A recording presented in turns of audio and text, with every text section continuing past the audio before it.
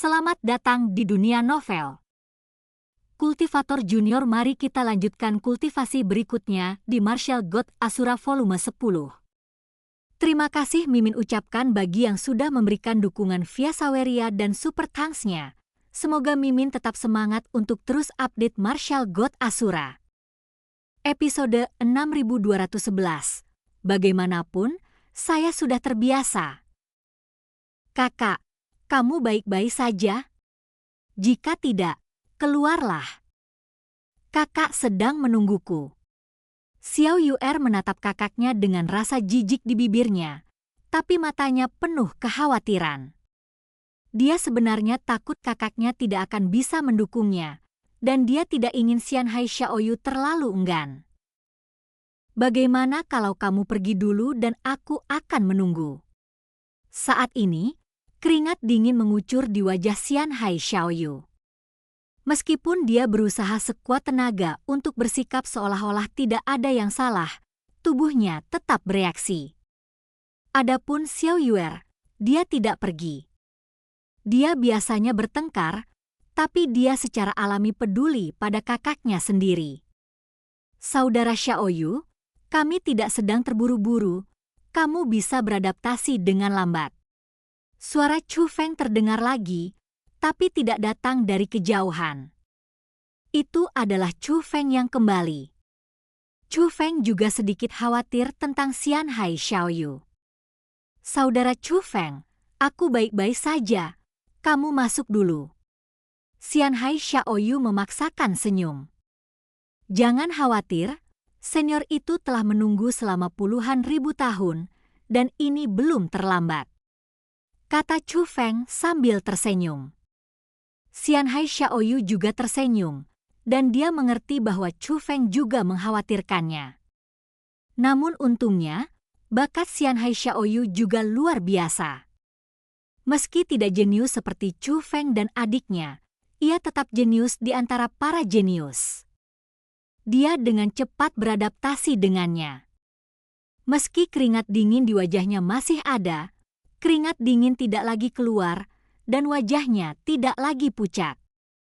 Jadi mereka menyeka keringat dingin di wajah mereka, dan Chu Feng dan mereka bertiga berjalan menuju kedalaman tempat ini bersama-sama. Semakin dalam, dampaknya tidak hanya semakin kuat, tetapi juga suara-suara aneh yang samar-samar terdengar. Kakak Chu Feng, Yuer, apakah kamu mendengar itu? Xianhai Xiaoyu bertanya. Apakah kamu mendengarnya juga? Kupikir itu hanya imajinasiku. Jadi, kakak dan adik itu memandang Chu Feng bersama-sama. Chu Feng adalah seorang spiritualis dunia, dan dia memiliki penilaian yang lebih baik mengenai situasi ini. Kekuatan ini sepertinya dipenuhi dengan kebencian, seolah-olah diubah oleh kebencian. Kebencian? Bagaimana bisa ada kebencian yang begitu mengerikan? Ekspresi Xianhai Xiaoyu menunjukkan bahwa dia sedikit takut dengan pernyataan ini. Saya tidak tahu, saya dapat menebaknya. Chu Feng tersenyum. Saudara Chu Feng, tolong berhenti membuat tebakan sembarangan. Ini sangat menakutkan. Xianhai Xiaoyu menyeringai. Dia sangat ketakutan. Jika kebencian memiliki kekuatan seperti itu, keberadaan seperti apa yang akan dimilikinya? Sungguh menyeramkan hanya dengan memikirkannya. Suaranya menjadi semakin keras, seperti ratapan hantu atau auman binatang. Sebenarnya itu adalah angin. Saat semakin dalam, kekuatan yang awalnya tidak terlihat berubah menjadi badai, menyapu mereka bertiga dari dalam gua dan membuat suara gemuruh yang meresahkan. Gua ini sangat dalam, dan semakin jauh ke belakang, semakin kuat dampaknya. Namun untungnya, Chu Feng dan Xiao Yuer beradaptasi dengan cepat dan dapat bertahan meski kekuatan mereka terus meningkat. Meski Xianhai Xiaoyu membutuhkan waktu lebih lama, ia mampu beradaptasi, namun terlihat dari ekspresinya yang masih terbilang sulit. Namun beradaptasi dengan beradaptasi, Kekuatan tersebut tidak hanya menyerang semangat mereka, tetapi juga sangat menghalangi penglihatan mereka. Dalam lingkungan ini, mereka tidak berani bergerak maju dengan cepat dan mengambil setiap langkah dengan sangat hati-hati. Biasanya, mereka dapat mencapai tempat itu dalam hitungan detik, tetapi mereka membutuhkan waktu 3 jam untuk akhirnya melihat ujung gua yang sebenarnya. Tidak ada apa-apa di ujung gua, namun di permukaan tidak jauh dari ujung gua, terdapat sebuah lubang besar. Lubang itu seperti kawah gunung berapi, dan kekuatan yang mengganggunya menyembur keluar dari lubang besar tersebut.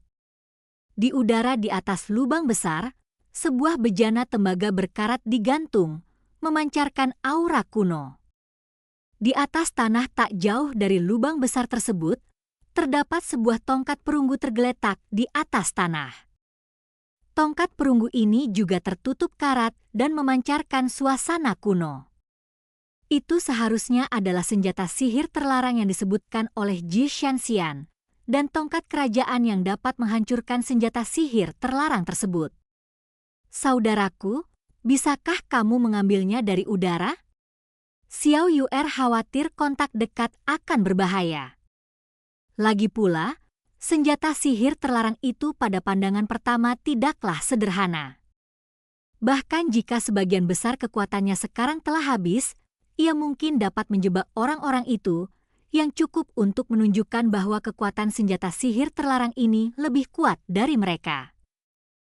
Chu Feng mengulurkan tangan dan mengarahkan tongkatnya, melepaskan kekuatan ganda dan kekuatan penghalang dari kejauhan. Tapi dia menyadari bahwa dia tidak bisa menahan tongkatnya di udara. Sepertinya jaraknya tidak cukup. Tidak apa-apa. Tunggu saja aku di sini. Chu Feng tidak yakin apakah akan ada bahaya, jadi dia berjalan ke depan sendirian. Kali ini, Chu Feng berhasil mengambil tongkat kerajaan itu dengan tangannya dan kemudian memukul keras senjata ajaib terlarang itu. Kemudian tongkat perunggu itu seperti kaca dan langsung pecah. Segera setelah itu, banyak retakan muncul pada senjata ajaib terlarang itu. Retakan itu menyebar dengan cepat dan segera hancur berkeping-keping. Saat senjata ajaib terlarang itu hancur, teriakan seorang wanita terdengar dari sudut gua. Melihat lebih dekat, dia melihat seorang wanita berjongkok di sudut, dan dialah yang berteriak. Tapi jelas bahwa tidak ada orang seperti itu sebelumnya. Dan wanita dengan rambut acak-acakan itu persis seperti penampakan Ji Shanxian yang menyamar sebagai hantu wanita. Dia jelas-jelas adalah Ji Shanxian, tapi dia tidak ingin Xian Hai Xiaoyu dan Xiao Yu'er melihat penampilan aslinya, jadi dia menyamar sebagai hantu wanita. Senior, ada apa denganmu? Apakah ini kekuatan? Chu Feng melangkah maju dan bertanya. Singkirkan harta karun itu, simpan harta itu. Desak Ji Shanxian. Chu Feng buru-buru melambaikan lengan bajunya, melepaskan kekuatan penghalang, memadatkannya menjadi formasi ruang kecil, dan mengumpulkan semua pecahan senjata sihir terlarang dan tongkat kerajaan. Chu Feng juga mengambil harta rahasia yang menyegel gua sebelumnya dan sekarang memasukkannya ke dalam ruang formasi bersama-sama. Formasi itu mengembun dan menyusut menjadi bola seukuran mutiara dan Chu Feng menyerahkannya kepada Ji Shanxian. Ji Shanxian mengambilnya dan berkata, "Saya harus membiasakannya.